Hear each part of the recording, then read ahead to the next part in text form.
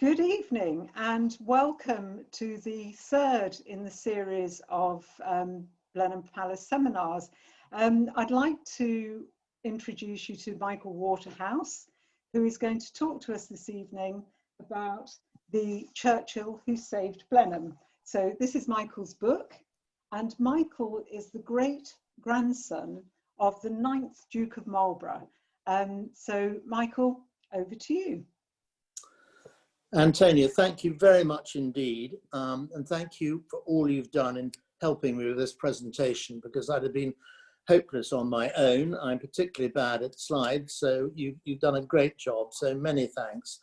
I'd also like to mention Karen Wiseman, who was the co-author of my book. Karen dug out, amongst other things, an enormous amount of fascinating information on the daily routine of the 9th Duke from the estate ledgers. And it demonstrated my great-grandfather to be not just a sensitive landlord, but also a kind and generous local dignitary. So thank you so much, Karen, for all you did. I'd like to share with you, by starting off, I'd like to share with you a couple of personal family photographs. Next. This is the first one of my dear mother. I love her in her glasses here. She's on the right, and they're holding two Blenheim Spaniels, the picture taken by Gladys, the second wife of the 9th Duke, in the late 1920s. It's taken on the dam above the cascade, and that weeping willow that I used to play in there as a child. In the middle is my Uncle Sonny, the late Duke, the 11th Duke, and Aunt Sarah on the left, who spent most of her life in America. Next. Here's a splendid picture of my grandparents. My grandpa looking as dapper as his father, the 9th Duke, you'll see later on in the presentation. Here he is shooting in the park with his loader behind, and my granny, Mary Marlborough on the left. She was a wonderful woman. She died far too early of cancer at the age of 60, and she was one of the eldest daughters, 5 daughters of the Earl of Cadogan, a direct descendant, incidentally, of the 1st Duke's great quartermaster general. Next, please. Here we have our hero on his horse. This is my great-grandfather, the 9th Duke, and look how beautifully turned out he is. And look how beautifully turned out his pony is. It's a fascinating picture, and I scratch my head and say, where's it taken in the park? Because if you look at the back, you've got the high tops there, and you've got a heavy limestone, dry stone wall, not of the type we have in Oxfordshire. So I always think that could be Chatsworth Park, but there we go. Anyway, people always say about him, sunny by name, but not by nature. Well, sunny by name, yes, because the Earl of Sunderland was one of his courtesy titles. And not by nature, absolutely, because he was a complicated man. He had a very tricky personality. I think history's been very unkind to him to date, until we published our book, Karen and my book, because his story so far has been told through the eyes of two very unhappy and miserable marriages, both to Consuelo and to Gladys Deacon. Today we're going to concentrate obviously on Sonny, but I want to say something from the heart about Consuelo, who is my great-grandmother. It won't surprise you to know that I didn't know Sonny. He died in 1934 and I was born in 1949. But I did. I was really lucky to know my great-granny quite well. She died in 1964 when I was 15 years old. Next, please, Antonia. Here's a lovely photograph that I adore of one of the meetings we all had when Consuelo came over from America. And here she is, the great matriarch in the middle of the picture with my grandpa behind smoking a pipe and my ma to the right. You see how tall my mother is?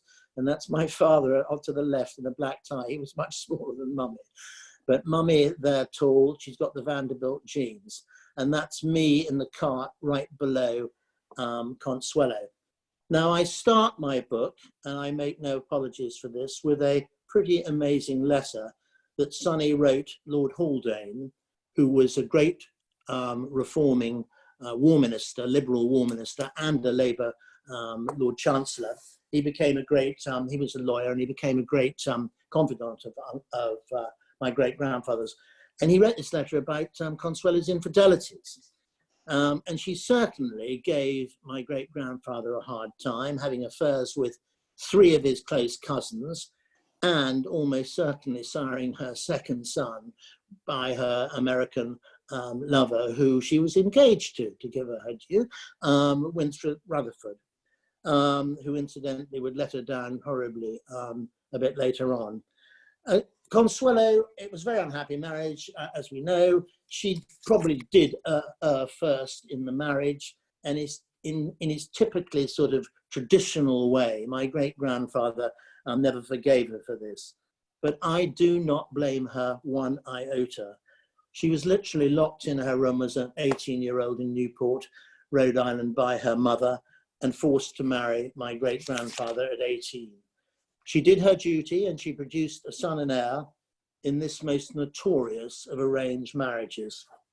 She was a proud, intelligent, strong-minded, liberal American, and there was no way she was going to allow herself to be imprisoned forever. She was a kind, generous, and loving person who made a great difference to my life and that of my immediate family. And I don't mind telling you that when we came back, my parents from New York in 1951, she brought us our lovely Queen Anne home in Oxfordshire. She left my mother 2 lovely pictures by Sisley, the great landscape impressionist painter, and she paid my school fees. I have so much to thank her for. So it was with great pride a few years ago when I found a portrait of her in a gallery in Bond Street. Antonia, next. And actually, I will say it's one of the proudest moments of my life because I rescued her. And this is a lovely portrait by Elu, who came to paint her in 1900 when Sonny was away fighting the Boer War. And it now hangs in my home. Next, please. This is probably my favorite portrait of Consuelo with Ivor, with that lovely trademark neck. At the time of their separation, which was not really 1906, the settlement was signed in 1907. Sonny and Consuelo absolutely despised each other. They couldn't talk to each other. And I've often wondered, sitting by her grave in Blenheim churchyard in Oxfordshire near Blenheim, I've often wondered why she was buried here at Blenheim and not with the Vanderbilts in America, or Jacques Balzor, her second husband's family in France. And I think it must be because she wanted to be laid to rest beside her love child, Lord Ivor, who predeceased her in the 1950s. I think that broke her heart. She put a beautiful stained glass window into Blenheim Church, and Winston Churchill's family have aped that and put a similar stained glass window next to it in that church. Also, she left this wonderful portrait by Boldini, painted, I think, around 1907, I'd say 1906, we got up there. She left it to the Metropolitan Museum, and I often wondered, oh, why did she do that, not leave it to the family? And I think it's because she probably thought it was a truly great American painting of 2 celebrated American families, the Vanderbilts there on the right, and then Ivor, probably sired by Winthrop Rutherford, who was related to, goes back to the founding fathers and the Stuyvesant family. Next, please. Finally, just quickly, there's Consuelo's Rosencavalier, second from the right with the moustache, Winthrop Rutherford. I found this picture myself in the Rockaway Hunt Club in Lawrence, Long Island, and some years back when I was watching a friend playing tennis, and there he was. Okay, next, please. Back to Sonny, the man of the moment. Here's a very posh picture of him, looking very well turned out, taken, I think, when he was 21 in 1892, and he would have just come down from Cambridge. He was developing into a complicated person, but a serious person. And he was definitely a Jekyll and Hyde type personality. On the one hand, he was melancholic, depressed, tortured. He could be pompous, he could be arrogant, difficult, shy, difficult with people he didn't know. He was an awkward boy. But on the other, he developed into a model aristocrat. He was generous, charming, and particularly to people he knew and he felt comfortable with. He was learned, he was intelligent, erudite, artistic, patriotic, loved serving his country. He was a sensitive landlord, and above all, he was an immaculately turned out courtier. So why did my great-grandfather have such a complicated personality? This is so important, and as so often in life, we have to go back to childhood to dig out the dirt, if you like. A very revealing statement came from his aunt, Maud Lansdowne, the Marchioness of Lansdowne, who said about Sonny, she said, up to 10 years old, he was one of the most charming and joyous boys I've ever met. After that, his spirits seemed to have vanished and he was quite changed. So what happened so early in his life to scar Sonny like this? Well, my family, they have a brilliant gene in them. There's very few families in England that can turn out three men of the quality of the first Duke of Marlborough, Lord Randolph, Winston's father, who was Chancellor of the Exchequer and leader of the House of Commons by the age of 40, and Winston Churchill within 200 years. But my family also have a famously wayward gene. And next, please, Antonia. Here we go. We don't have to go much further than the 8th Duke. Actually, this is a picture of him as the Marquis of Blandford, his top courtesy title. And he was a brilliant scientist and a very clever man, but he was a wild womanizer. And both him and his brother, Lord Randolph, who was Winston's father, became involved in a serious public scandal in the late 19th century. And it was known as the Aylesford affair. And I think it was probably as notorious as the Profumo crisis was when I was a child. The 8th Duke, as I say there, he was a bit of a wild womanizer, and which qualified him perfectly for the fast-living Marlborough House set, which was the court that surrounded the Prince of Wales, Edward the Prince of Wales at the time, and they were renowned for their debauchery and their affairs and their gambling, etc. Now, in the 1870s, the Marquis of Blandford here, Sonny's father, started having an affair with Edith, Lady Aylesford. Just so happened that Edith was having an affair with the Prince of Wales at the same time. In 1876, Edith asked for a divorce, asked her husband, who was known as Sporting Joe Aylesford, great friend of the Prince of Wales, member of the Marlborough House set. She asked her husband for a divorce. And Blandford was going to elope with Edith and divorce his wife, Alberta. Well, this, of course, put a complete powder keg under the Marlborough House set, because separation, divorce, it was completely taboo. You got it, as long as you were discreet in the Marlborough House set, everything was fine. You could do whatever you want, but you had to be discreet. So this put a complete powder keg under the whole situation. Sporting Joe called for a duel with the Marquis of Blandford, and things got worse and worse. Next, please. Next, Antonia, please. Next slide. Hold on a moment. There we are. Oops. There you go. Here we go. Enter Lord Randolph Churchill, Blandford's brother. He was a brilliant, as I said, a brilliant politician. By 40, he was Chancellor of the Exchequer, but he also was quite wayward, and he was desperate to stop any scandal and shame rubbing off on the family. So he managed to get hold of some letters that the Prince of Wales, love letters, had written to Edith, his mistress. And he'd done that because Edith had stupidly shown his brother some of the pictures, some of the letters, and he got hold of them. And he, with stunning arrogance, he decided to go to the Princess of Wales, Princess Alexandra, and blackmail her and say, listen, unless you put pressure on your husband, the Prince of Wales, on Sporting Joe Aylesford to stop this divorce, I'm going to make these letters public. So the drama, the fallout from this drama was felt far and wide. Queen Victoria herself was a great friend of Sonny, the ninth Duke's grandparents, the seventh Duke and Duchess of Marlborough, particularly Fanny Londonderry, who was the Duchess. She swore that she'd never been under the same roof as a member of the Churchill family. Disraeli, the Prime Minister, took pity on the Duke and decided to send him off to be Viceroy of Ireland at the salary of 20,000 a year, when it cost him 40,000 a year to keep his household. So that'll put an awful lot of pressure on the family finances that we'll see in a minute. Blanford fled off to Paris with Edith.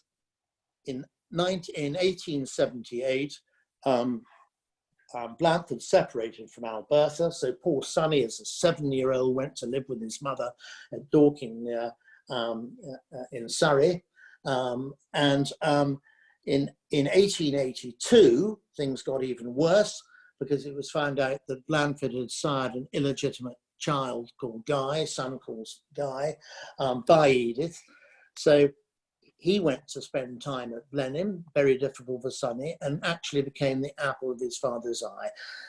If things couldn't get much worse, in 1883, the next year, the 8th Duke and his wife divorced, and the 7th Duke, Sonny's grandfather, acquired part guardianship of him, so he could go to Blenheim and spend time with him and learn the ropes.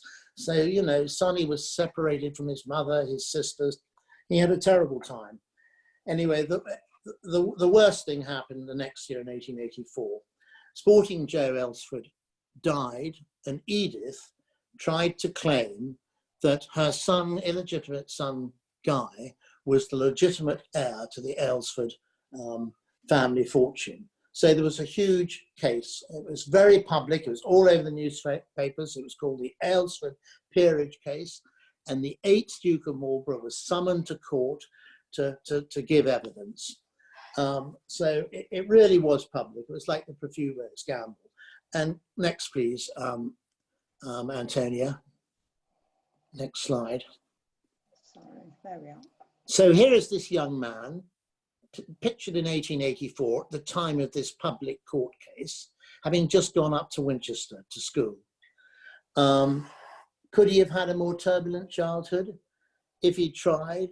You know, brought up in a broken home, his parents separating, divorcing. He saw little of his dad. He lived with his mother and sisters. Then he was pulled away by his grandfather to Blenheim. He had a terrible time, and this was all before the age of sort of 13, 14. If this wasn't enough, he was a very proud boy, and he'd seen the Churchill name blackened and pulled through the courts, and that must have affected him terribly. On top of that, there were real problems brewing financially at Blenheim. As early as 1875, his grandfather, the 7th Duke, sold the big Waterhouse estate in Buckinghamshire to Baron Ferdinand de Rothschild. The first Duchess of Marlborough, Sarah, acquired an enormous amount of land, and there was still a lot in the family. So that was sold in 1875. Then in 1881 and 82, there were the famous sales of the Sunderland Library, which really was one of the most famous libraries, private libraries in the world. Things were really bad, and again, it was all over the papers, and it was just the Marlborough family were really covered in mud at the time. Next slide, please, Antonia.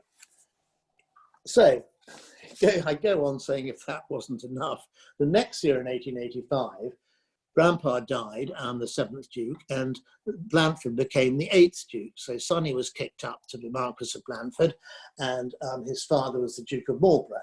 He decided then to sell the famous Blenheim picture collection, and it really was one of the greatest picture collections in the world. And here we see one of the great pictures in the collection, the Equestrian Charles I by Van Dyck. This actually was an icon of the recent Charles I exhibition at the Royal Academy a couple of years ago. But just to explain how wayward he was, this picture was sold for £17,500. The picture itself, interestingly, was owned by Charles I. During the Protectorate, it was sold, it went out to the continent, and it was offered back to the first Duke as war booty, because the Elector of Bavaria was Marshal Tallard's co-general at the Battle of Blenheim and was defeated. And so the first Duke got it from the Elector of Bavaria. Anyway, it went for £17,500. Next slide. A couple of years later, the wayward 8th Duke, this is his mistress, Lady Colin Campbell by Baldini, a wonderful picture. He left her 20,000. He left her £20,000, and there was hardly any money in the Blenheim coffers. Now, just to give you an idea, just go back one slide, go back to the Van Dyck. This picture today, what do you think it's worth? It's got to be worth £100 million. I mean, you know, it's Provenance, it was owned by Charles I. It's a fantastic picture, one of the most famous in the world. And that went for 17.5, and the mistress got 20,000. I just tell you that because it shows how irresponsible some of these dukes were. Okay, so we go forward 2 slides, and that's Lady Colin Campbell. A little ray of sunshine in the 9th Duke's life was Lily Hammersley, another splendid American. Thank God for America, I say, as being a Churchill.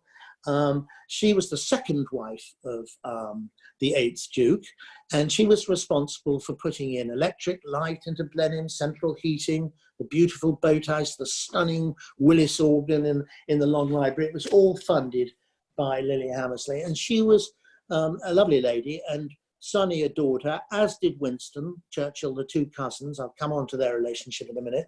And they called her Duchess Lily. Her portrait was downstairs in the basement, and I'm pleased to say that I had it brought up, and it's now in its rightful place, just off the saloon, the Great Hall, because she did an enormous amount for Blenheim. Thank you, Lillian. Next slide, please, Angela. Here we go. Now we're going to take a look at Sonny's education. Nice picture of him here. Actually, this wasn't at Winchester. This is the Athenaeum Club at Cambridge University. That's Sonny, top row in the white waistcoat, 3rd from the left. Okay. He went up to Winchester in 1884, the year of the Aylesford peerage case. Can you imagine how he must have been teased and bullied? I mean, this was only a couple of years after Tom Brown's School Days was published.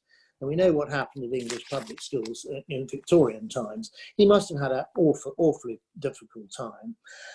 Why did he go to Winchester when the family had been going to Eton for years? That's because his father, as I said, was a brilliant scientist, amateur scientist. He had his laboratory in the Godolphin rooms at Blenheim. And he wanted to send Sonny to a school that had a science faculty. So that's why he went to Winchester. In 1890, he went up to the finest college of the finest university in the world. Sorry if there are any Americans listening or people from Oxford, Trinity College, Cambridge, which was also my college. You'll be surprised to hear. And he went up to Trinity in 1890, and he spent 2 years there. He read history. He didn't get a degree because he came Duke in 1892, and he went down. I always wish I'd known he'd been at Trinity when I went for my interview there in 1968, because I could have asked her if I could have occupied his lodgings, which was 7 Bridge Street. You could do that. You could say, well, they said, have you got any preference where you want to be lodged? And it would have been lovely, but I didn't know that at the time. Next slide, please. From his education, Sonny acquired 3 passionate lifelong interests. And I think it was a good education. He took it seriously, and he got a lot out of it. But it must have been difficult, particularly at Winchester. Here's a splendid picture of the south lawn of Blenheim, looking north up to the monument, looking north. And you'll see a cricket pitch there. Now, Sonny put in this cricket pitch. He played cricket for his house at Winchester, and he played cricket at Cambridge. And he was a great amateur cricketer. And I think he'd be amused to know that his great-grandson, myself, led the Cambridge Athenaeum Club out onto that pitch against the notorious Oxford Bullingdon Club in 1970, it was. Another thing about this picture is you will notice the archaeological remains. It's a very dry summer when this was taken, excellent for aerial photography, and you can see the remains of Henry Wise's fantastic parterre garden that was laid out right at the beginning of the 18th century when Blenheim was built, swept away, of course, by the Capability Brown's pastoral improvements in the 1770s or 60s, whenever it was. But it's a fascinating picture because you can see how large that parterre garden was.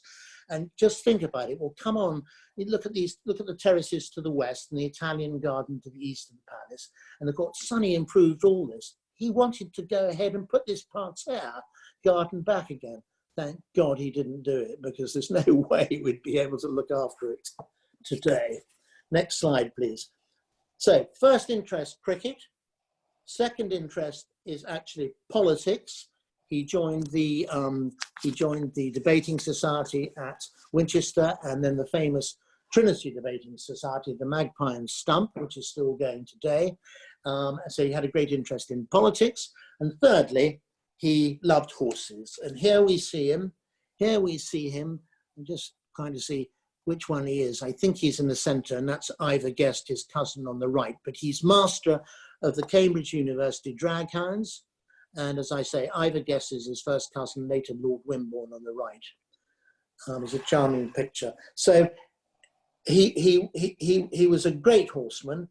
Why? Because he was slight, he was small, he had a great sense of balance, and he rode all his life and had a great interest in the turf. And I expect that was developed again at Cambridge with trips to Newmarket. Next, please, Antonia. This is a lovely picture of the Blenheim Greys. Interestingly, because he wasn't riding a grey horse at Cambridge, but he came on, all his hunters in his life were always greys. Sonny in the middle, Ivor on the right. This picture was exhibited in the Royal Academy in 1924. That horse is called Evenlode, and Munnings painted by the wonderful Munnings, and he painted Evenlode 4 times. It's the same horse. I'm going to call my next Cocker Spaniel Evenlode after my great-grandfather's horse, I've decided, because I had a lovely little house for 4 years on the called the Lints in Blenheim Park, and it's right at where the Glyne joins the Evenlode, and I always used to swim in the Evenlode. I have very happy memories of my time at the Lints. Wonderful picture. Sonny had a staff looking after his hunters of 10 down at Blaydon. All the horses went up to Leicestershire, where he had every year for the hunting season, where he had a hunting box called Sizenby, and they all went up in a special train. And I might, before I leave this picture, just say something about Blenheim pictures. Sonny did a lot. I mean, he commissioned this by Munnings. He commissioned the great Sergeant of him and Consuelo. Consuelo that sits opposite Reynolds' biggest canvas of the 4th Duke and his family in the red stateroom. He commissioned in 1916 Baldini to paint Gladys. He was painted himself by Veruda. We'll see that in a minute. So he was interested in pictures, but it was really the 2 duchesses, his wives, who I think had the real taste, because they loved the Impressionists, and they both collected the Impressionists, both Consuelo and Gladys. And I think Sonny would have found this far too vulgar and modern, Impressionism, for him, because he was so traditional. Next, please, Antonia. Here we are. This is Sonny by Veruda. And look at those legs. Talk about a leg for a boot. So fantastically slim. He'd never fall off a horse. And immaculately turned out. Next, please. Okay, so here is our hero, again immaculately turned out on his horse in his yeomanry regiment, just after he comes down from Cambridge. He was commissioned into the Queen's own Oxfordshire Hussars in 1894, and here he is before the Boer War on his horse. As I said, it's usually beautifully turned out. When Sonny came down from Cambridge, he developed into a serious young man, complicated, yes, but a very serious young man. And he understood only too well that with privilege came duty and responsibility. He really did believe that, and that's all to his credit. He spent time at Blenheim when he came down from Cambridge, easing his way into the estate office and learning about the estate. And he also started his interest in politics because he could take up his seat in the House of Lords.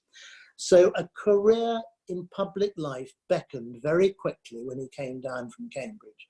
Politics, the army, etc., etc. But what he needed was a rich wife, because the coffers were dry at Blenheim, as we've seen from all these sales, and a series of profligate dukes, particularly the fifth and the sixth dukes. So he needed a rich wife, and by golly, he got cracking on that immediately. He'd been told this by his family, all members of his family, for a long time, and very quickly, with the help of his aunt Maud Lansdowne, he found one of the richest heiresses in the world, Consuelo Vanderbilt, in America, and settled on him. Was $2.5 million in railway stock with a guaranteed income of 4%. Consuelo got exactly the same. So that was an enormous amount of money in those days. And so very early on, Blenheim's financial future was secured. And what it did is it gave Sonny time to indulge in his passion for politics. Now, I think he was married in September of 1895. So we're talking, he's only 24. But in August, he made his maiden speech in the House of Lords. Very young to make his maiden speech. And what he did was he moved the loyal address in reply to the Queen's speech. Now, this was a great honour and always bestowed on a very young member of the House of Lords who was deemed to have future political promise. And Hansard rather charmingly states, the Duke wore the uniform of the Queen's Oxfordshire Hussars and was received with cheers. So here was Sonny on the edge of a golden decade. 1895, that's where we are at the moment, through to 1905. A golden decade in which he really did a lot for his country. And it all ended 10 years later in 1905. At the same time, it's very interesting, there was a Liberal landslide. The Tory party split over protectionism and free trade, and there was a Liberal landslide at Christmas 1905, exactly the same time as Sonny and Consuelo decided to separate. So we have now, we're going to look at that decade, that golden decade. Next slide, please, Antonia. I can't go without showing you a picture of Cruella de Vil. I'm very naughty, but this is the horrid mother-in-law, Alva Vanderbilt, who forced her daughter to marry Sonny. She was unbelievably socially ambitious, and she was only an English duke was good enough for her daughter, but only one with a palace. Anyway, she was the architect of Consuelo's unhappiness. But she did put in, obviously indirectly, Blenheim's finances back on their feet. And by doing that, she gave Sonny's public career a good kickstart. So there you are, that's Alva. Next slide, please. Wonderful picture here of Sonny starting out on his political career. Here he is on the steps of the palace on the South Lawn, and he's surrounded by all these marvellous gentlemen who are the chairman of the local constituency associations. So this is sort of part of working up through the grassroots in the Tory party and doing his bit for the party. Ministerial office was not long in coming. In 1899, Lord Salisbury, the Prime Minister, gave Sonny the post of Postmaster General. Not a very glamorous post, not a very arduous post, but it was a first rung on the ladder. Why did he get the job? Well, there was probably a tang of nepotism. Remember, Salisbury's government at the time was known as Hotel Cecil, because there were so many Cecil members of the family in it. Also, probably Lord Salisbury had a tinge of guilt because he was Randolph Churchill's boss. When Randolph was Chancellor of the Exchequer, Randolph resigned very rashly over the army estimates.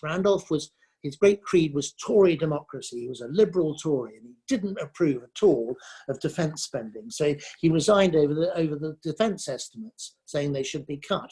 And Salisbury was only too glad to get rid of him, actually, because he was a bit of a troublemaker. And so ended very quickly a meteoric career that he never came back for. And I think Salisbury was a great friend of Randolph's granny, the seventh Duchess, and I think he felt a tinge of guilt, and he probably saw in Sonny some of Randolph's better qualities, and he probably thought it was a way of repaying a family debt to the Churchills. So anyway, there we go. He gave Sonny his first job. Next slide, please. Now, we're moving forward just 1 year to 1900. Sonny actually went down for 6 months to fight in the Boer War. Now, he could do that, a postmaster general and government minister, but it wasn't an arduous job at all. So he went down for 6 months. You can see here the red flashes denote that he was a staff officer. The Liberal press had a lot of fun at their expense, because Lord Roberts had 3 dukes in his private staff. Their Graces Marlborough, Norfolk, and Westminster. But Sonny did actually see action on several occasions, and he took part in Ian Hamilton's march on the capital, Pretoria, in the same wagon as his cousin and now best friend, Winston Churchill. Also, before I go, I must say it was very convenient, as per that letter that I start the book in. Consuelo was having her affairs, their marriage was breaking down. It was a very good time for him to leave the country, you know, so they could have a breath of fresh air away from each other and try and sort out their problems. So that was useful. But underneath it all, Sonny was a great patriot and was desperate to fight for his country. Next slide, please. Here we are in all his glory, in his coronation robes. This is when the time when Sonny really, his career reached dazzling heights. In 1902, he was made in the summer Knight of the Garter, and also he was made Lord High Steward at the coronation of King Edward VII. And this was the first of the great grand offices of state. You had the responsibility of carrying St. Edward's crown to the altar. He really was the most dazzling aristocrat in the country. And just for good measure, his wife Consuelo was one of the 4 duchesses that carried Queen Alexandra's canopy. Next slide, please. Thank you, Antonia. Here's a lovely picture of a shooting party at High Lodge. High Lodge is the old Rangers Lodge in the old hunting forest at Blenheim Park, and that's a picture taken on a shoot day. Anyway, point being, Lord Salisbury. Sonny went to Hatfield, Lord Salisbury's home, to collect his garter. And Lord Salisbury joked to Consuelo and said, "I don't know why on earth I'm giving your husband the garter." And it's a good point. He was very young, and he postmaster general, but he hadn't done much else. Actually, by that date, he wasn't. 1890, I'm wrong, sorry, 1899 he came postmaster general. This is 1896, this picture. So quite right, Lord Salisbury said, "I don't know why he's getting the garter." But the point being, actually, Sonny had become a very, very good friend of the future king. There's King Edward in the front row. And I think King Edward was a kind fellow, and he wanted to welcome the Marlborough family back into the royal fold. You remember they'd been ostracised because of the Aylesford affair. But they had a lot in common. They both loved pageantry, they adhered strictly to protocol, and they became great friends. So that's why he obviously got the garter at such a young age. The guests in this picture always fascinate me. There's a really interesting mixture here between the sort of Marlborough House racing set, the hard thrusting hunting set, and the more cultured, intellectual, artistic souls. So if you take the chap in the middle here on the left of Prince of Wales, that's Henry Chaplin MP, who was a great hunting man. And there are a few good old toffs down the bottom here. But what interests me greatly is the 3 really important members of the souls in this picture. Arthur James Balfour, future Prime Minister in the middle, top row, was always considered High Priest of the souls. To the left, Lord Curzon, one of the major souls, and the lady in the middle back row, Etty Desborough, who lost three of her sons in the First World War, or 2 in the first and another afterwards, and she was a great member of the souls. So a very interesting cross-section of society in that picture. Next slide, please. Here he is. Here's the great man in his Privy Councillor uniform, I think, but with his garter on and his Boer War medals. Now, 1902, 1903 saw, as I said, this couple at the pinnacle of their career, and they made 2 dazzling overseas journeys. In 1902, the new year 1902, they went over to Russia, where they attended numerous court functions, Consuelo and Sonny. They met the Tsar, and they enjoyed the glittering lifestyle of the Russian aristocracy, shortly to be cut short by the Russo-Japanese War, the First World War, and the Russian Revolution. Sonny had a great weakness for pageantry, as we know, and at a ball in the Winter Palace, he wore his Privy Councillor's uniform, and he ordered for Consuelo a diamond and turquoise dog collar to be worn with a satin gown. So quite interesting, Sonny was dressing Consuelo. They also bought, I might add, a personal aside, a lovely aquamarine and diamond necklace that Consuelo left my mother.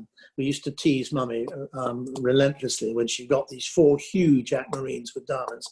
Sadly, she split it up, which was very silly, and gave us all of aquamarine, very democratic, but it didn't do the value of it much good. Anyway, on we go. Could this trip to Russia have been any grander? Then, well, yes, next year we're off to the Delhi Durbar. We're off to India to celebrate, of course, Edward VII being King Emperor of India, and Curzon was the Viceroy, and he asked 60 of his closest friends out to join him, and he turned this deserted plain into a tented city. And I think it was the height of the British Empire, probably, and there were all the Maharajas were there, and some people say there were more jewels gathered together in one place than any other time in the history of the world. Consuelo writes in her book, The Glitter and the Gold, she says, events as glamorous and gorgeous as those narrated in the tales of the Arabian Nights enchanted us. And I love this picture. I'm not sure who that dodgy cove is in the middle. It could be Mr. Elu, one of Consuelo's artist boyfriends, I don't know. But it's an absolutely splendid picture. Next slide, please. On their return from India after these 2 glamorous foreign tours in 1903, Sonny was promoted and he got a cracking job this time around. This picture, actually, it was taken in 1911, a little bit later, and that is Sonny's other great friend, apart from Winston, F.E. Smith, who became Lord Birkenhead, the brilliant lawyer on the right. This was taken at Blenheim, but it's later. So in July 1903, he was made Under Secretary of State to the Colonies, and his boss was the very glamorous, very famous Joe Chamberlain, who was leader of the Liberal Unionists. And at the time, we'd had an alliance between the Tory party and the Liberal Unionists. The Liberals had split over home rule for Ireland. So this really was the pinnacle of his career. Joe Chamberlain actually resigned as colonial secretary so he could go out and sell his tariff reform ideas. He was a protectionist. The Liberals were all for free trade, and some of the Tories were. That's what split the Tory party. So he resigned I think in 1904, and his post was taken by Arthur Littleton, who was a great cricketer. He married Laura Tennant, Margot Asquith's sister, a member of the Souls Great Society figure. So he had 2 very interesting bosses at the Colonies. And it was a great job. Your speeches were read worldwide, all over the world. Remember, this pinnacle of the British Empire. And here was Sonny as number 2. Also, interestingly, it's the first job that Winston asked for after the Liberal landslide in 1906. He became number 2 at the Colonies, took over Sonny's job under Lord Elgin. Why did he get the job? Well, you know, he'd obviously been, he'd fought for his country and he'd done a competent job as Postmaster General. But Consuelo was a great friend of Arthur James Balfour, who was Lord Salisbury's nephew, and he took over from his uncle as Prime Minister in 1903. So one must suspect that, you know, Consuelo probably had a little word in Arthur James Balfour's ear.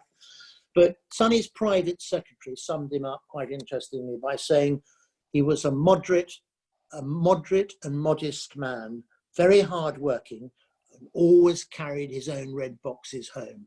So he was a good, hard-working minister. Next slide.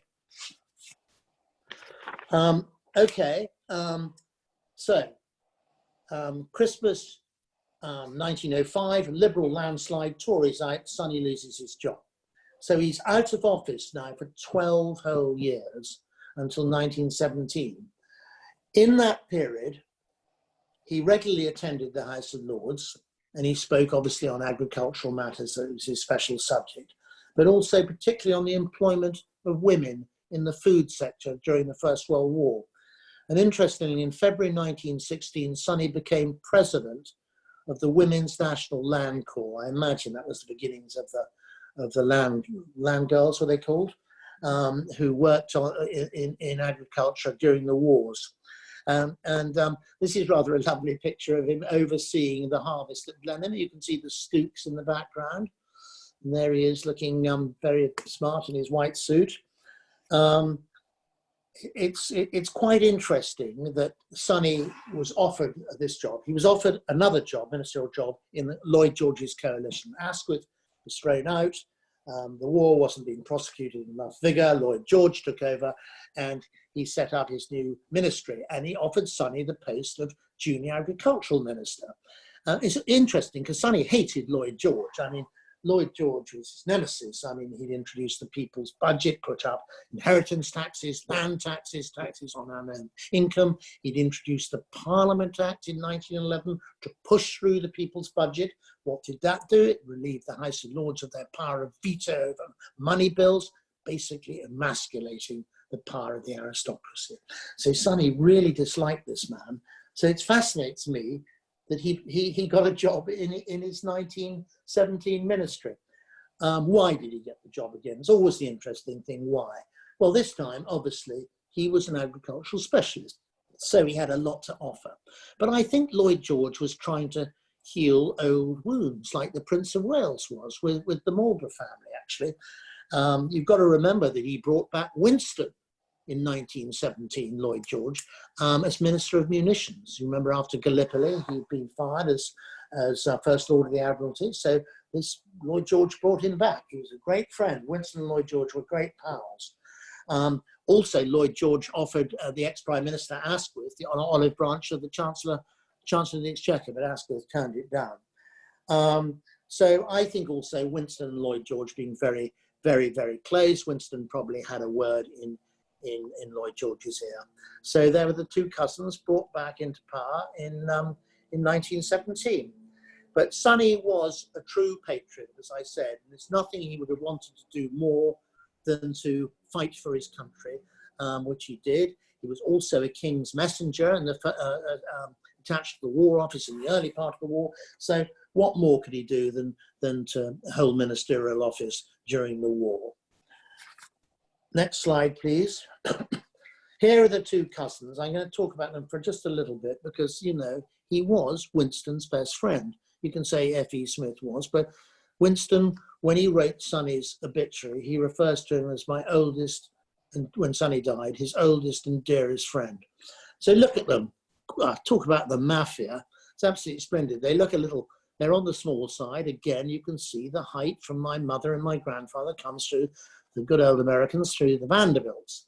They were small chaps, but they were very, very close. And talking about public duties, we've got up to 1917. It's Sonny's third ministerial position.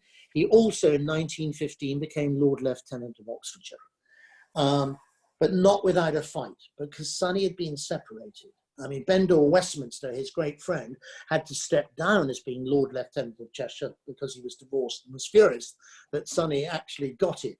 But he was only separated. He wasn't divorced at this stage. Sonny had a sort of medieval sense of his own self-importance. He really was very self-important. You know, I'm a duke with a palace. And he felt he should be Lord Lieutenant. There was a huge amount of local disagreement about this. The locals thought the Churchills were newcomers. You know, they only arrived here in 1700. Most of us have been here since the Norman Conquest. And, you know, he's separated from his wife. But who rode to Sonny's rescue but Winston? And Winston wrote a letter to Lord Lansdowne, and it said, 21 years of service in the military surely outweighs a separation 10 years ago. And you know what? Winston almost got his own way. Sonny was made Lord Lieutenant. But it's a prime example of the lovely relationship between these two men. Next slide, please. Here are the great cousins, okay? Sonny on the left, they're playing camp. They're at camp in Blenheim Park.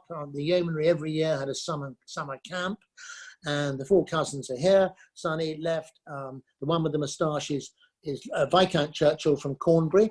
He was a direct descendant of the youngest son of the fourth Duke of Marlborough, who was given the Cornbury estate, which is next to Blenheim. And then on his right, Winston, and Winston has his hand on his brother Jack's shoulder. During childhood, Winston and Sonny saw very little of each other because of the rift between Lord Randolph and his brother, the wayward 8th Duke. You know, all the pictures being sold. Lord Randolph was horrified by what was going on at Blenheim. So they really didn't see each other. It wasn't until 1893, when when Sonny had just become Duke, that his mother, Alberta, asked Winston to come and stay for Christmas at Blenheim. And from that period on, they became absolutely the best friends. And I think I could have called the book probably Winston's Best Friend. But that's nice to know, isn't it? You know, if somebody said to you, who was Winston Churchill's best friend? Pretty difficult. I suppose you might say F.E. Smith, but difficult to know. But it was definitely Sonny. I think at this stage, actually, when they were 21, Winston was a bit younger, wasn't he? He was about 18. I think he was 3 years younger than Sonny. I think Winston was quite jealous of Sonny, not because he was Duke, but because he had a ready entree into politics, into the House of Lords. And I think he was jealous of that because Winston was hugely ambitious, as we know, for a political career. And secondly, he was probably quite jealous of the fact that Sonny had the chance to go to Cambridge to polish up his intellect, which Winston didn't have. Next slide, please. Here's another sort of rather morose picture of Sonny as a young man, but you know, and it says quite a lot, that picture. I think he looks rather unhappy in it. But what I want to say about these two guys, these two cousins, is that when Winston was young, he didn't have much money, and Sonny had much more than him, and Sonny really supported him. And then what was so lovely is later in life, when the tables turned and Winston got to the top of the greasy pole in politics, he turned round and he supported his cousin, Sonny. So just quickly, some of the things that Sonny did for Winston when he was a young man. He guaranteed a loan to Jenny Jerome, another American, Winston's mama. She was always short of cash. She was a huge spender, and she was a girlfriend, a very serious girlfriend of the Prince of Wales. Sonny gave £400, a sizable amount of money in those days, to Winston's 1900 election expenses. He gave him a 2-year lease on his flat in Mount Street in Mayfair, and he stabled Winston's horses and paid for them all at Blenheim, and they hunted together. Sonny was also very proud of Winston, actually. He was quite tickled, I think, about Winston's, you know, unbelievable, unabashed ambition, energy and enthusiasm for life. But he was very proud of his literary achievements. And you remember that Winston published 2 books, excellent books early on, 1898, The Malacan Field Force, 1899, The River War. So come 1902 to 1905, Winston decided to write the biography, and a very good one it was, of his father, Lord Randolph. And Sonny put him up at Blenheim, stabled his horses, they went hunting together and looked after him for 3 years. So they developed, they were like brothers. Later in life, as I said, the tables turned and Winston supported Sonny. I told you about Lord Lieutenant in 1915. In 1914, Sonny was a great patron. He wanted to do something in the war. He was too old to fight. Winston approached Lord Kitchener and got him the job as the King's messenger attached to the War Office. In 1917, I said the Lloyd George administration, no doubt Winston had a word in Lloyd George's ear. Interestingly, in 1911, remember, Sonny was a member of the Garter, and because he was separated, George V was pretty stuffy, and there was no way he was going to let him attend the ceremony. And Sonny was horrified, being, you know, loving pageantry and stuff like that. So he said to Winston, could you write to the King? And Winston wrote to the King. And although the King wouldn't let him attend the ceremony, he let him attend the lunch at Windsor Castle after the ceremony. So Winston did a lot for his cousin. Next slide, please. Yeah, lovely picture. I adore this, of Winston and Consuelo facing out onto the south lawn at Blenheim there. It's amazing, actually, that Winston and Sonny didn't fall out. When you think of their political differences, Winston crossed the floor in the House in 1904 to the Liberals. Sonny was a staunch Tory. So their political differences, Winston was a free trader, Sonny was a protectionist, and then they very nearly fell out badly over Consuelo's separation from Sonny. The separation agreement was signed in 1907. Winston acted as a go-between. Sonny refused to sign the agreement to begin with because Willie K. Vanderbilt, who was Consuelo's lovely father, wanted unnaturally a clause in the agreement that any accusations of infidelities wouldn't be made public. Sonny refused to sign because Consuelo had erred first, and he was such a silly old stuffy traditionalist in a way. But all was well. Winston wrote to Sonny in no uncertain terms and said, "Forget your petty pride and vindictiveness and get on and sign this. You owe it to Consuelo." Sonny did. And Consuelo and Winston became lifelong friends. And Winston used to go and paint with Consuelo at Chateau Saint-Georges Motel in Normandy from 1930 to 1940. I have a lovely Paul Mars painting of that chateau, which I'm very proud of, signed for Consuelo by Paul Mars. Then Winston went, Consuelo after the war, went down and built a villa in the south of France called Loire Soleil, and Winston used to go and paint down there. Anyway, one of the great moments of my life happened at Blenheim, and it was so clever of my granny to make it happen. I was a little kid, probably, I don't know, 10 or something, and she sent me into the smoking room at Blenheim with 2 drinks. And those drinks were for Consuelo Vanderbilt Balzon, one time Duchess of Marlborough, and Winston Spencer Churchill, and they were playing Bezique together. And it was so clever of my granny because it's something she knew I'd never forget. Memorable moment indeed. I've got to show you the next slide because I love Willie K. Vanderbilt. There he is, he's a lovely man, generous, kind, loving, was horrified at the arranged marriage that Alva, that they were estranged, the two of them. They didn't get on well together at all. But I just wanted to show that picture at the races in Paris, Consuelo looking absolutely splendid. And you can see from the face what a kind, generous man he was. He gave Consuelo Sunderland House. They built this wonderful house in Mayfair, and Consuelo lived there when she was separated in 1907. He was an immensely generous man. Next slide, please. Here they are, the newlyweds. A lovely picture of Winston and Clemmy. I love this because I think Clemmy looks exactly like Mary Soames, who's died now, who was the youngest daughter. And the likeness is absolutely incredible. Anyway, I put it up because in 1908, the year after the big row of the separation, Sonny and Winston, they made up actually very quickly. They went on a Mediterranean tour, Winston and Sonny, in 1907. They went to Venice, they went to Malta. Of course, Sonny was seeing his mistress at the time, Gladys, who was his second wife. I must say at this stage, because I haven't really mentioned her, that I think Sonny was having an affair with Gladys from 1905, if not before 1901.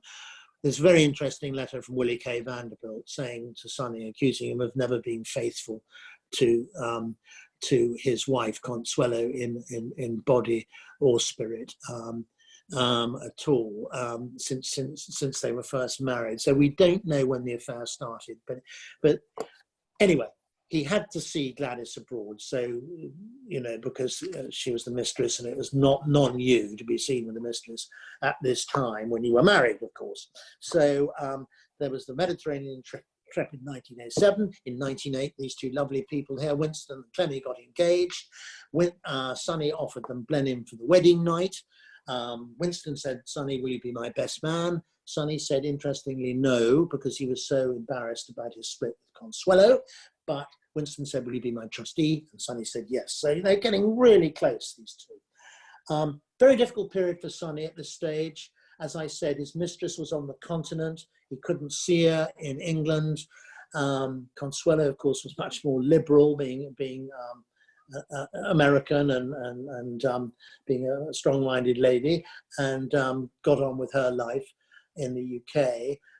But Sonny spent an awful lot of time on his own at Blenheim, and it must have been very, very difficult for him. I always say that life opened very brilliantly for him. But in 1905, everything started going downhill. And I'm sure he suffered from very bad bouts of depression. Zipping on, we must crack on. Oh my gosh, it's 8:30. Antonia, are we all right? I'm going to crack on. Sorry. I'll be quick now.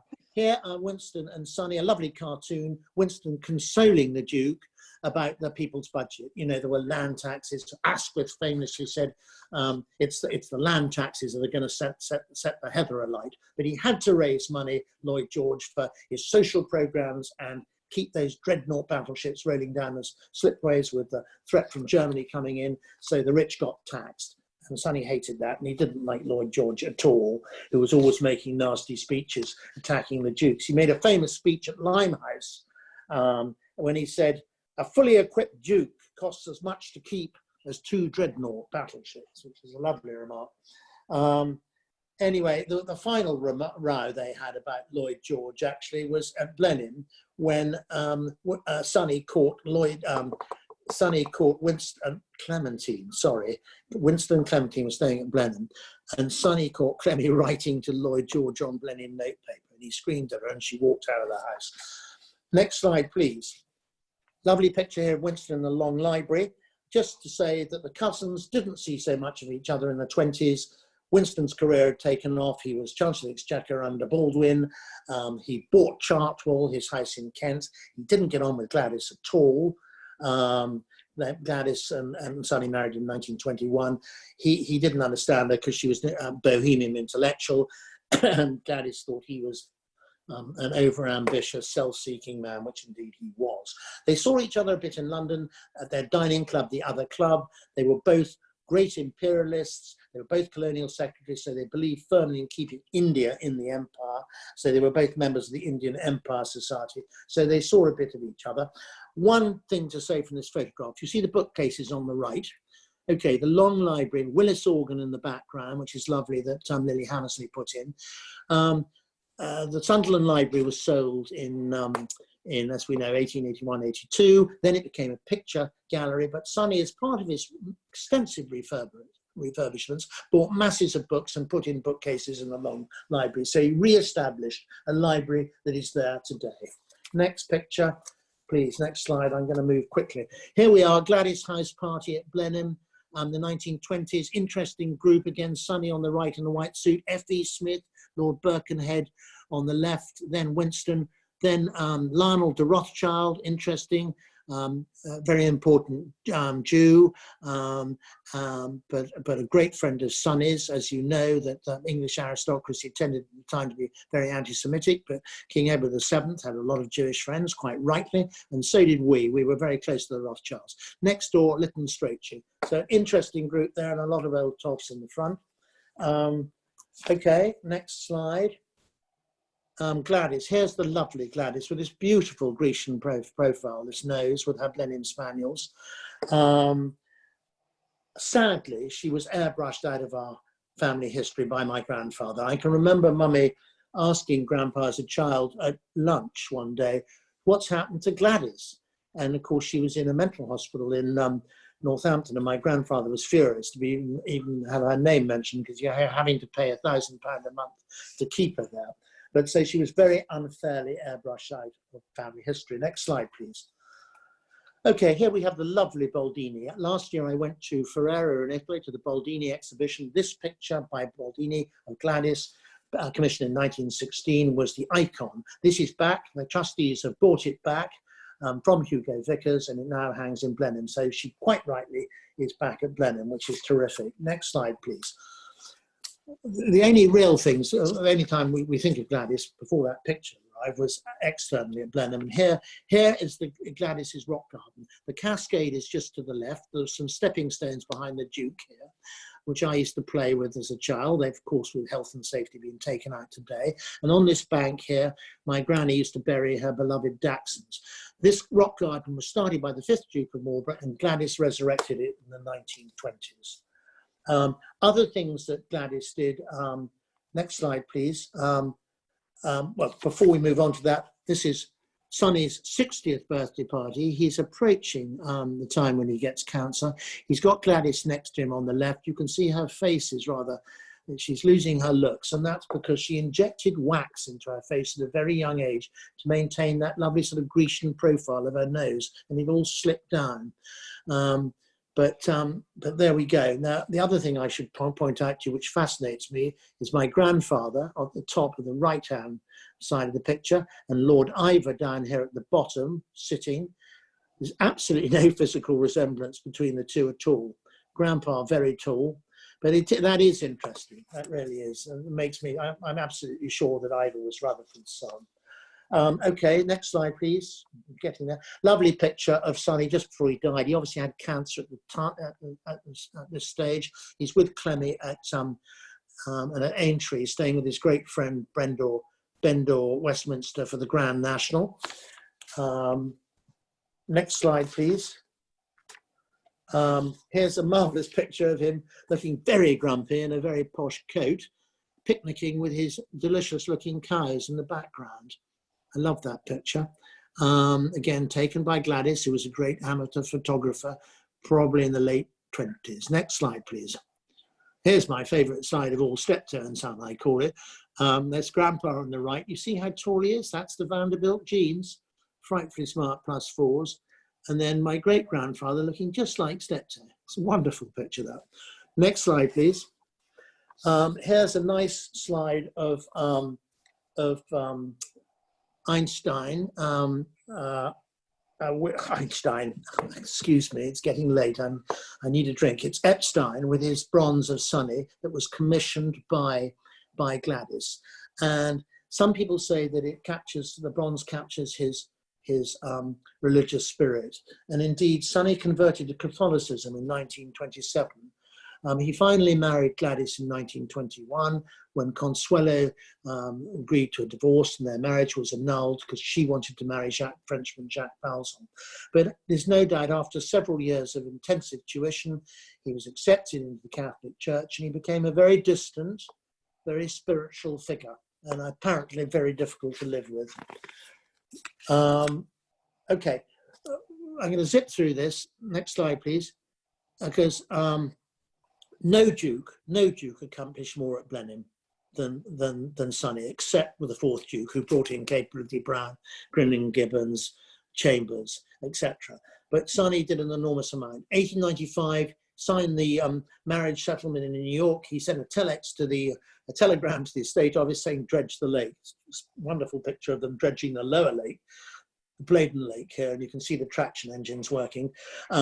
The Queen's Pool, the Woodstock side of the Great Lake, was dredged. And interesting enough, it was going to be dredged this year, but because of coronavirus, it's going to cost about £12 million to dredge it today. And they put it off, obviously, for cash flow reasons, but it's about to be dredged again. Last time it was dredged was 1895. And 1896, next slide, please. In 1896, we had the royal, thank you, Antonio, we had the royal visit. You saw that picture of them at High Lodge. For that royal visit, Sonny refurbished a lot inside the palace. He refurbished 3 of the staterooms in between the long library and the saloon. He bought buhl furniture and French chairs. He repainted windows, the chapel ceiling, the servants' quarters, the private bedrooms. He really did a big refurbishment job. That was 1896. The real work started here when he came back from the Boer War in 1900. And here we see the great court of Blenheim with Capability Brown's changes, i.e. putting in lawns. In fact, next slide, please, what Sonny did was change it back, Great Court, to the original formal arrangement of terracing and gravel squares that Vanbrugh laid it out in originally. And he put more statues and urns on the top of the palace and in the colonnades. He put the north gates in. He dug a ditch with the north gates to keep out the deer. So Sonny, the first big thing he did was to formalise the Great Court and take it back to the days of Vanbrugh. Next slide, please. Here we are in the Italian garden to the east of the palace. This was it before Sonny got his hands on it. Shrubs, not particularly elegant. Then Sonny moves in with Achille Duchesne, his architect. They work very closely together on both the terraces, the west and the east. Thank you, Antonia. See the next. This is the finished product of the Italian gardens. You can see the wonderful parterre hedges. There were statues, the orange trees put in. So it really, it was a much more elegant garden. And there's the Waldo Storey fountain in the middle, and much more in keeping with the elegance of the age of Queen Anne. Next slide, please.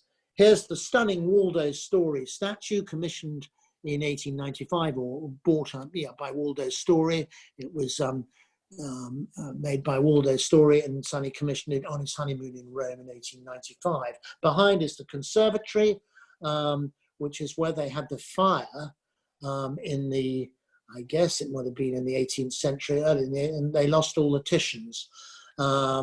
And it's later where all the orange trees were wintered, etc. And it's now used for entertainment. But that's where I think the fire was, and we lost the Titians. Okay, next slide. The pièce de résistance was Sonny's the western terraces to the west, looking over to the lake and across to the medieval forest and High Lodge. Stunning views. This was the crooked lawn. This was before Sonny and Duchesne got hold of it, and it was just shrubs and trees sloping down to the lake. And in 1926, Sonny embarked on this incredible project. It took 6 years. Next slide, please. And here is the final result. It's an absolute masterpiece. As you can see, there are no fountains. Sonny thought fountains were very vulgar and beneath him, and he didn't want those. But we got 2 terraces, and there was going to be a third one, but they felt that it was too steep and there would be slippage into the lake. So those are the west terraces. Took him 6 years to complete. Next slide, please. That's the Sphinx, the 2 Sphinxes either side here on the lower terrace, and they are moulded in Gladys's stunning Grecian profile. That's Gladys herself. So Gladys, the Sphinxes, she's remembered outside the Sphinxes. She also, which I forgot to tell you earlier, commissioned Colin Gill to paint in the portico these lovely eyes, blue and brown eyes. Gladys had amazing blue eyes. I still can't work out who had the brown eyes, because Veruda paints Sonny with blue eyes. Whether they were Consuelo's, I don't know. But anyway, she commissioned Colin Gill to paint these eyes, and the Epstein bronze, and her images in the Sphinx. Finally, we're getting to the end. You'll be pleased to hear. Trees, very important. Sonny was a pioneer conservationist.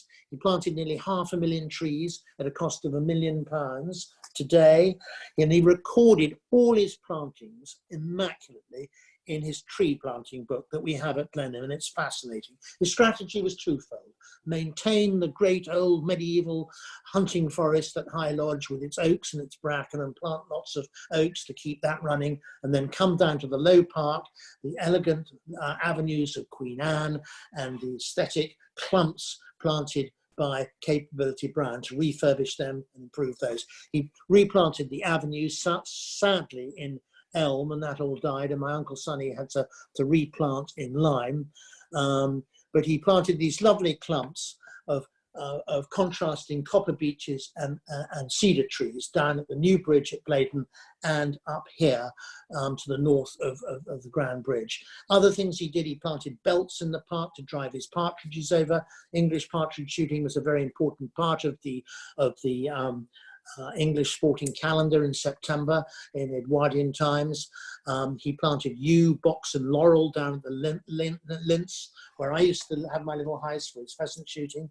And he planted chestnuts all along the top of the cascade to give some privacy to the pleasure gardens. But he did a wonderful job in the park. So that's it. Now to my final slide. This is a portrait of a charcoal drawing by Sargent, and it's a wonderfully poignant. It's in a photograph album, and it sits below a big picture of Sonny by Sargent, just outside in a passage outside the butler's pantry, off the Great Hall.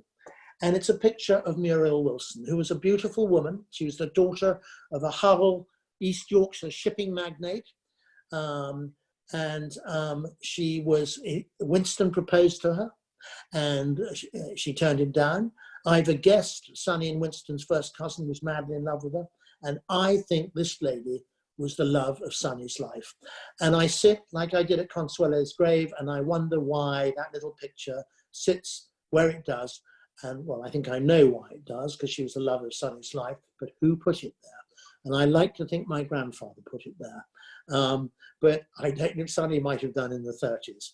But anyway, to sum up, on the surface, Sonny's life was a sad one, dominated by two very unhappy marriages.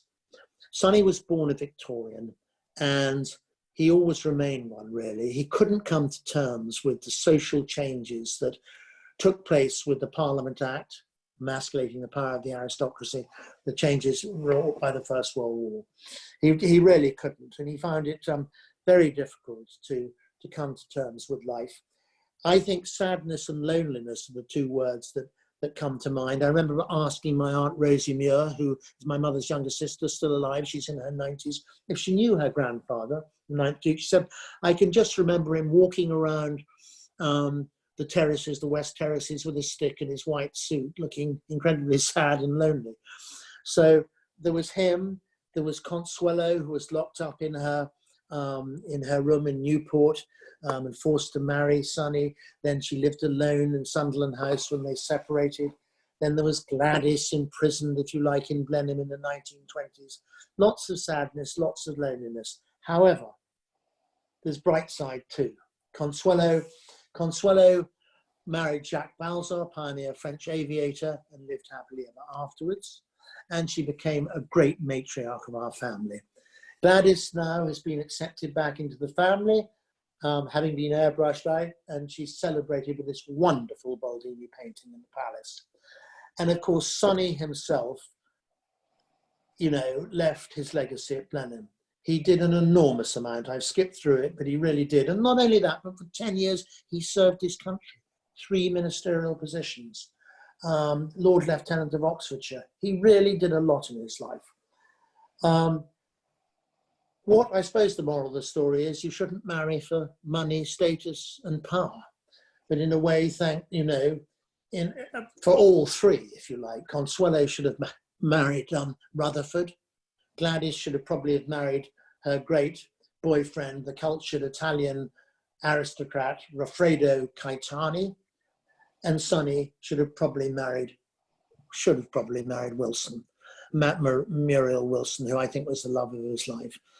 But obviously, those of us that love Blenheim in the family, and that Blenheim's still in the family, we're glad in a way he didn't.